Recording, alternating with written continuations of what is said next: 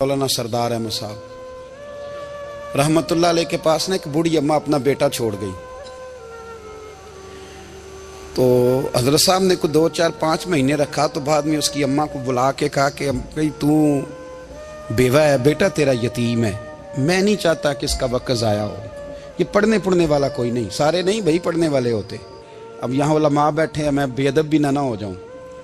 कुछ पूरे 8 साल लगा के भी आ जाते हैं, सनद भी उनके पास होती है। नाराज ना हो जाना, ये तो सब अच्छे लोग हैं। सनद होती है पर पता पुता कोई नहीं होता। ये आला हजरत ने लिखी है बात। सनद होती है, पूरी डिग्री होती है, उस पर कई लोगों के साइन भी होते हैं। तो बहुत सारे तालिब इल्म ऐसे होते हैं जो मदारस में कहते हैं मैं फाजल फलां हूँ, लेकिन कोई शय पास। तो मौलाना सरदार अहमद साहब मुहद्दिस आज़म पाकिस्तान रहमतुल्लाह अलैह उस बूढ़ी को कहने लगे तेरा बेटा कुंद देना है, पढ़ना पढ़ाना इसने कुछ भी नहीं, तो यतीम बच्चा है, कल को तो कहेगी कि मेरे बेटे ने वक्त ज़ाया किया तो वापस ले जा।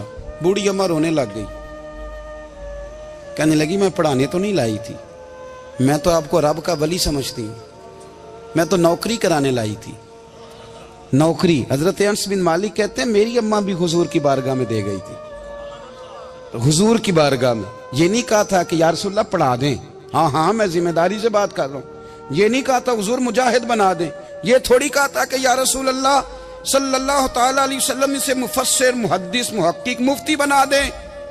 हजरत अनस की अम्मा कह गई थी सोनिया जब तक ये रहेगा ना आपकी नौकरी करेगा, ये घर के काम काज करेगा, ड्यूटी करेगा, हुजूर ये आपकी नौकरी करेगा। तो मेरे महबूब ने फिर दुआ कर दी, अल्लाह इसे बरकत अता फरमा। तुम समझता है खिदमत वाला खाली रह जाता है? जितना जायका खिदमत वाले को मिलता है, जो उसके नसीब में आता है, वो किसी का नसीब कहां भाई। हजरत अनस कहते हैं हुजूर ने दुआ कर दी, बरकत की। मुझे तो खेती बाड़ी आती भी नहीं थी, पर लोगों के बाग में साल में 1 दफा फल लगता था, मेरे बाग में 2 दफा लगता था। हुजूर ने दुआ कर दी अल्लाह इसे औलाद दे। फरमाते हैं मेरे बेटे, मेरे पोते, मेरे नवासे, मेरी बेटियां, फरमाते हैं मैं जिंदा हूं और मेरी 100 औलादे मौजूद हैं। परेशान हो गया 100 सुन के बच्चे 2 ही अच्छे, 100 औलादे मेरी मौजूद हैं। हजरत अनस भी मौलाना सरदार अहमद साहब के पास ना छोड़ गई बच्चा, कहने लगी हजरत जी मैं को पढ़ाने के लिए थोड़ा छोड़ गई हूँ, मैं तो इसलिए छोड़ के गई हूँ कि आप मेहरबानी करें, खिदमत कराएं। तो हजरत जी कहने लगे कोई ऐसा काम ही नहीं, खिदमत वाला क्या कराऊं। कहने लगी पट्ठे पवा लिया करो जी। हूँ लड़ पेंदे ने, कहने ने बच्चे काम कर दें मदरसे का। हालांकि अब कहाँ बच्चे काम करते हैं, अब तो गुजर गया दौर, अब तो बच्चे काम कराते हैं। अब बच्चे भी नाराज हो रहे हैं, घूर घूर के देख रहे हैं। सही कह रहा हूँ आपको, बच्चे काम कराते हैं, बच्चे कहाँ काम करते। कहने लगी ये चारा डाले करेगा आपकी भैंसों को। तो हजरत ने उसको कहा कि बीबी चारा मेरी भैंसों को डालने के लिए मैंने बंदा रखा हुआ है, तो तू जा ले जा। कहने लगी हाथ बांध के हुजूर मेहरबानी करें रख ले, चारा डालेगा। और पुत्र तवज्जो से चारा डालना हजरत की भैंसों को। रोने लगी, हजरत ने रख लिया, महीने का खर्चा भी देते। शाम को ना वो सारा दिन काम करता, शाम को आके पैरों में भी बैठ जाता, हजरत जी लाएं तेल थोड़ा सा, पैर ना दबा दूं। 8 साल साथ वाले पढ़ते रहे, ये बेचारा नौकरी करता रहा। मेरा रूप भी नहीं ते मेरा रंग भी नहीं, और मैनू यार मनान दा टंग भी नहीं। कभी कभी ना हजरत बिलाल हबशी फारग होते ना, तो नबी पाक की बारगाह में अर्ज करते हुजूर कोई काम तो नहीं, सारे हो गए, हुजूर जाऊं जरा, चले जाते।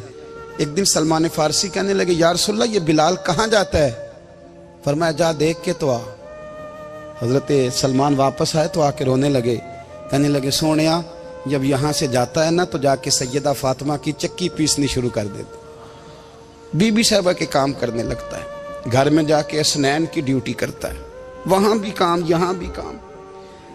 वो चारा डालता रहा, उसने चारा डाला। हजरत मुहद्दिस आज़म की भैंसों को दस्तारे फजीलत का वक्त आ गया, सारे पगड़ियां सजा के आ गए, आज दस्तार होगी। ये ना पीछे होके बैठ गया, चूंकि पढ़ा ही नहीं था तो दस्तार का है कि दस्तार तो उसकी जो पढ़ेगा, हमने तो पढ़ा ही नहीं, हमने तो यार पढ़ा, घर पढ़ा, ड्यूटी करी। हजरत मुहद्दिस आज़म रहमतुल्लाह अलैह के यहाँ जब ऐलान होने लगा ना कि अब दस्तार होगी, तो हजरत ने पहला ऐलान उसका फरमाया। तो मजा वाला बंदा कपड़े भी कदी कदी बदलता है ना, वो कहते जिस हाल में भी था मैं पलट के देखने लगा कि पढ़ा पढ़ाया तो है, कोई शय नहीं। तो ये माजरा क्या है, पीछे से उठ के आए तो कहते हैं बाकियों की दस्तार किसी आलिम ने की, किसी सूफी ने की, लेकिन ये भैंसों को चारा डालने वाला जब आया तो मुहद्दिस आदम ने फरमाया पगड़ी के बाल को कोई हाथ ना लगाए, ये सारी दस्तार मैंने करनी है। और फरमाते हैं हजरत बाल भी देते जाते थे और आंसू भी बहाते जाते थे, माथा भी चूमते थे और फरमाते थे दस्तार के बाद चला तो नहीं जाएगा यार, मुझे तो इबादत भी नहीं रह गई, मुझे तो चाबियों को भी नहीं पता कौन सी कहाँ रहती है, जाएगा तो नहीं तू? तो रो पड़ा, कहने लगा सोनिया जाए तो वो जिसके पल्ले कुछ है हो, आता जाता तो है कुछ नहीं, मुझे किसने रखना है, मैंने कहाँ जाना है, इधर कहाँ, तो इधर ही रहूंगा। वो उस तालिब इल्म के सारे उस्ताद भाई कहते हैं उसने दस्तार कराई, पढ़ा पढ़ाया कुछ नहीं, पर जो मसला अड़ जाता था ना, वो जो अड़ जाता था ना, वो जाके उससे पूछते थे तो किताबें खोलने की जरूरत नहीं पड़ती थी। मौलाना अमजद अली साहब आजमी रहमतुल्लाह अलैह फरमाते हैं यकदम आला हजरत का दरवाजा खुला, ये भी मेरे आला हजरत की जिंदगी है, इसे भी देख, यकदम दरवाजा खुला तो बूढ़े इमाम के पैरों में जूता कोई नहीं और आला हजरत सर पट दौड़े। मैं करीब गया, मैंने कहा हुजूर मैं सदके जाऊं, कहां जा रहे हो? कहने लगे किसी ने बताया मेरा मुर्शद का बेटा रेलवे स्टेशन से गुजरने वाला है, अमजद अली देर न कर यार, कहीं शहजादा नाराज ना हो जाए, मेरे मुर्शद का बेटा, मेरे शेख का पोता, यार जरा जल्दी कर।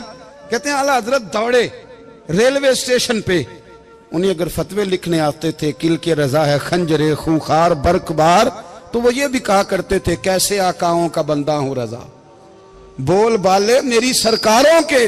दौड़े गए रेलवे स्टेशन पे और बूढ़े शेख सदरुल शरिया कहते हैं मैंने कहा हुजूर मैं ना चला जाऊं? कहने लगे ना पुत्र, मैंने बड़ा नमक खाया उस घर का, मैंने बड़ी नौकरी करी है, मेरी अपनी ड्यूटी है, तुम्हारी तो नहीं ना। मेरे शेख फरमाते रेलवे स्टेशन पे हजरत खड़े हैं तो एक मुसाफिर उतरता, उसके करीब जाते अदब से सलाम लेते तो कहते मारेरा शरीफ से तो नहीं कोई आया?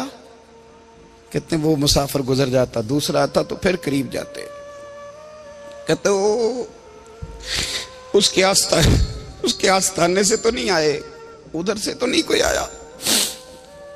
कहते सारे गुजर गए, जिन मुसाफिरों ने उतरना था उतर गए, ट्रेन चल पड़ी। तो मैंने कहा हुजूर किसी ने आपको गलत इत्तला दी थी, शहजादे तो आए नहीं। कहने लगे यार इत्तला गलत थी या ठीक थी, पर यहाँ तक आने का मजा बड़ा है। आप समझ सकते हैं आला हजरत के दो बेटे हैं, हुज्जतुल इस्लाम मौलाना हामिद रजा खान साहब और मुफ्ती आज़म आलम इस्लाम, दोनों शहजादे इतने बड़े शहजादे थे कि दोनों अपने अपने वक्त के सबसे बड़े मुफ्ती हुए। ये भी तो मेरे आला हजरत है ना, इसको भी तो जरा समझो ना। खुशकी और फिर खुशकी और फिर खुशकी।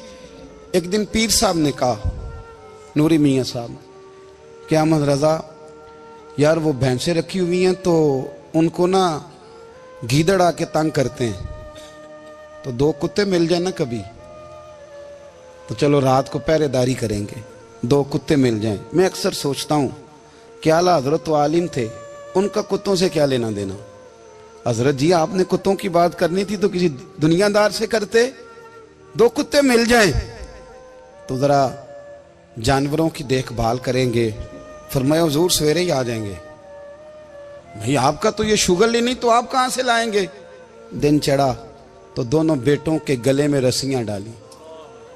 आला हजरत को सिर्फ आप फतवे की रोशनी में देखते हैं, आपको उस शख्स के दर्द का नहीं पता, उसके जायके का नहीं पता, वो किस स्टेज का आदमी है, स्टेटस क्या है तरीकत में, शरीयत में, इश्क में। दोनों शहजादों के गलों में रस्सियां और पकड़ा हुआ है। तो नूरी मियाँ साहब कहते हैं मैं चारपाई पे बैठा था तो नीचे बिठाल दिए दोनों बच्चे, मैं उठ के खड़ा हो गया। मैंने कहा मौलाना ये क्या? कहने लगे हुजूर ड्यूटी भी करेंगे और रोटी भी नहीं मांगेंगे। जिन्हां तना विच इश्क न रचिया कुत्ते ना थी चंगे, मालक देकर राखी कर दे साबर भुखे नंगे। किधर गया ज़ौक़, किधर गया वो दर्द? और फिर जब बारी आई रसूलुल्लाह के प्यार की, जब बारी आई नबी पाक की मोहब्बत की, तो फिर फाजिल बरेलवी का कद अगर लिखने में कमाल है ना, तो महबूब के प्यार करने में भी कमाल है। उन्होंने ना सारी जिंदगी, यानी सारी जिंदगी ये कह के गुजार दी कि इश्क तेरे सदके जलने से छुटे सस्ते, जो आग बुझा देगी वो आग लगाई है। एक सैयद साहब थे, मकान बन रहा था आला हजरत का, तो सामने ना बिल्कुल लाइब्रेरी थी। तो जब मकान बन रहा होता है तो तब सारे मिस्त्री मजदूर अंदर ही होते हैं, तो सबका आना जाना था, सब लोग आते जाते थे बिला झिझक। तो वो सैयद साहब भी एक दिन आ गए, सामने लाइब्रेरी में मिले, फिर चले गए। कुछ दिनों के बाद घर मुकम्मल हो गया, अब औरतें भी आ गईं। तो शाह जी को पता नहीं था, वो पुराना ही माहौल समझ के ना, मौलाना जफरुद्दीन बिहारी कहते हैं पुराना ही माहौल समझ के तो अंदर आ गए। और जैसे ही अंदर दाखिल हुए सामने घर की औरतें देखी तो शाह जी माजरत माजरत माजरत करते परेशान हो गए। और फिर जब दोबारा पलटने लगे तो आला हजरत दौड़ के गए, हाथ चूमे, कहने लगे शाह जी आपको तो पता नहीं था, और आप मेहरबानी करें ये माजरत वाला लफ्ज वापस लें। ये मेरे घर की औरतें नहीं, ये तो सैयदों की बांदियां हैं, ये तो नौकरानियां हैं। तो आप मेहरबानी करें, ये अंदाज आपका जो है ये दुरुस्त नहीं, आप मेहरबानी फरमाएं अंदर आए। और फिर सारे खानदान को लेके पर्दे के पीछे खड़ा किया और कहने लगे शाह जी को गलती लग गई, उन्होंने हमसे माजरत की, अब हम सारे मिलके उनसे माजरत करेंगे, इसलिए कि ये रसूलुल्लाह का खानदान। यार थोड़ा बहुत दो चार लफ्ज जिस बंदे को आ जाए ना, दो चार लफ्ज, मैं जाती तौर पे ना आपको पता है, मैं तो नात खानों से तो हमारी बनती नहीं, बहुत सारे नात खान तो हमें वैसे ही नहीं। मैं कहता हूँ नात आने दे जाने का नाम नहीं, नात तो कलाम का नाम है। किसी बुजुर्ग की बात पढ़ो, कुछ मतलब उसमें कुछ ज़ौक़ हो, कुछ दर्द हो, ये क्या बात हुई जो आजकल काम शुरू है। लेकिन आपको पता है हम नात खां की भी इज्जत करते हैं। मैं जिस नात खां से नात सुनता हूँ, मैं दिल की कल्ब की गहराई से उसका हया करता हूँ, मैं इकराम करता हूँ, अल्लाह जानता, मैं एहसास देता हूँ, इसलिए कि मैं समझता हूँ ये जब बोलता है ना तो मुझे मदीने वाले की याद आती है, ये नबी करीम की याद दिलाता है, तो इसका एहसास है। आला हजरत फाजिल बरेलवी रहमतुल्लाह ताला अलैह ने नबी करीम से मोहब्बत की और हुजूर सैयद आलम सल्लल्लाहु अलैहि वसल्लम से ताल्लुक़ रखने वाली हर शय से मोहब्बत की। उन्होंने अपने ज़ौक़ को कभी फीका नहीं पड़ने दिया। सारी ज़िंदगी रसूलुल्लाह सल्लल्लाहु अलैहि वसल्लम का प्यार।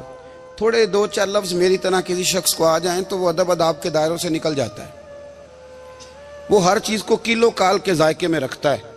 इसलिए मुल्ला रूमी फरमाया करते थे, सेठ आदमी हो ना, जेब में पैसे हो तो उसका पीर कोई नहीं होता। अगर कोई ओहदा मिल जाए, बंदा किसी दर्जे पे पहुंच जाए तो उस बंदे का भी मुर्शद है, और अगर चार लफ्ज पढ़ जाए तो अक्सर मेरी तरह के बंदे खलीफे होते हैं, मुरीद नहीं होते। नाराज तो नहीं हो गए आप लोग? मेरी तरह के लोग ना खलीफे होते हैं, बताते हैं 14 जगह का खलीफा हूं तो सवाल ये है कि गुलाम किसका है?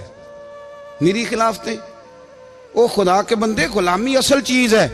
आला हजरत फाजिल बरेलवी रहमतुल्लाह ताला अलैह ना लोगों से पूछते, जब कोई मदीने से आता, मक्के से आता, हज करके आता तो पूछते मदीने गए थे? सदरुल शरिया रहमतुल्लाह अलैह फरमाते हैं, किसी ने कान में आके कहा हुजूर वो मोची हज करके आया। पक्की बात है हुजूर? हाँ। फरमाया चलो चलें। हजरत जी वो लिखना नहीं, तो मैं आके देखते हैं। हजरत मेहमान, ओए आके देखते हैं। कहते दौड़ने लगे, वो जूते गांठ रहा था।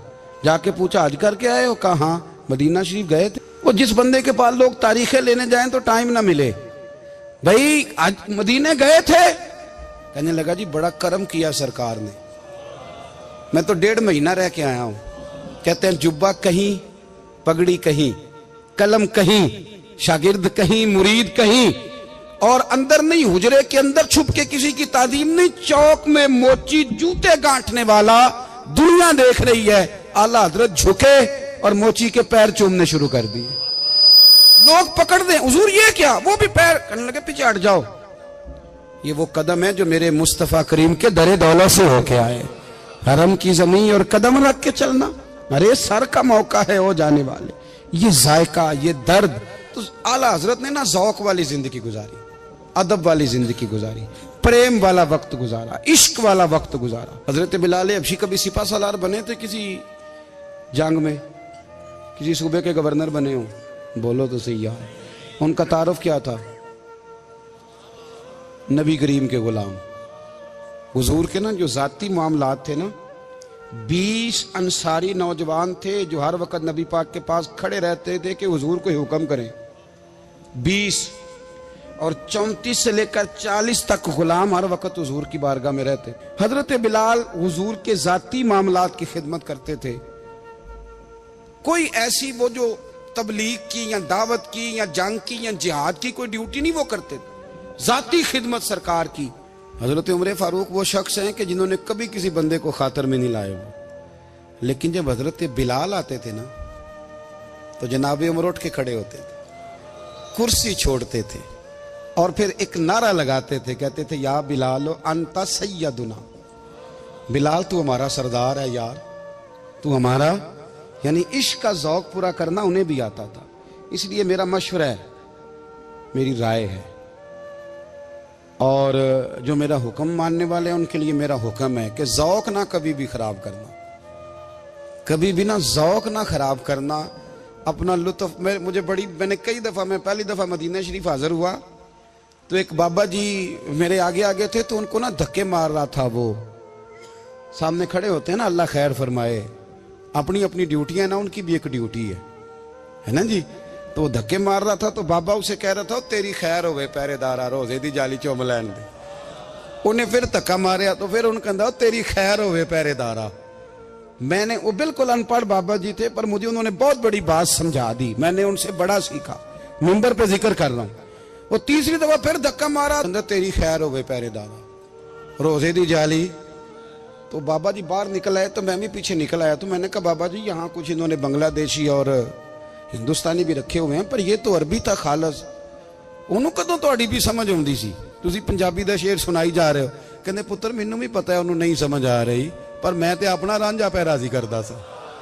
ਮੈਨੂੰ ਪਤਾ ਹੈ ਉਹਨੂੰ ਕਾ ਉਹ ਯਾਰ ਅਸੀਂ ਰਾਂਝਾ ਵੀ ਤੇ ਰਾਜ਼ੀ करना है कि नहीं, कि सारी जिंदगी कीलो काल के झगड़े में पड़े रहना है। ऐ इश्क तेरे सदके जलने से छुटे सस्ते, जो आग बुझा देगी वो। और एक जगह पे आला हजरत कहते हैं जान दे दी वादा दीदार पर, हमने जान दे दी। हाँ, खाली उसने वादा किया था कि आऊंगा, आया नहीं था, पर जान हमने पहले दे दी। तो इसलिए ना ज़ौक, शौक, प्यार, वारफ्तगी, मोहब्बत असातिज़ा के लिए, बुजुर्गों के लिए, उलमा के लिए, मशाइख के लिए, बड़ों के लिए, ना ज़ौक ना कभी ख़राब होने पाए।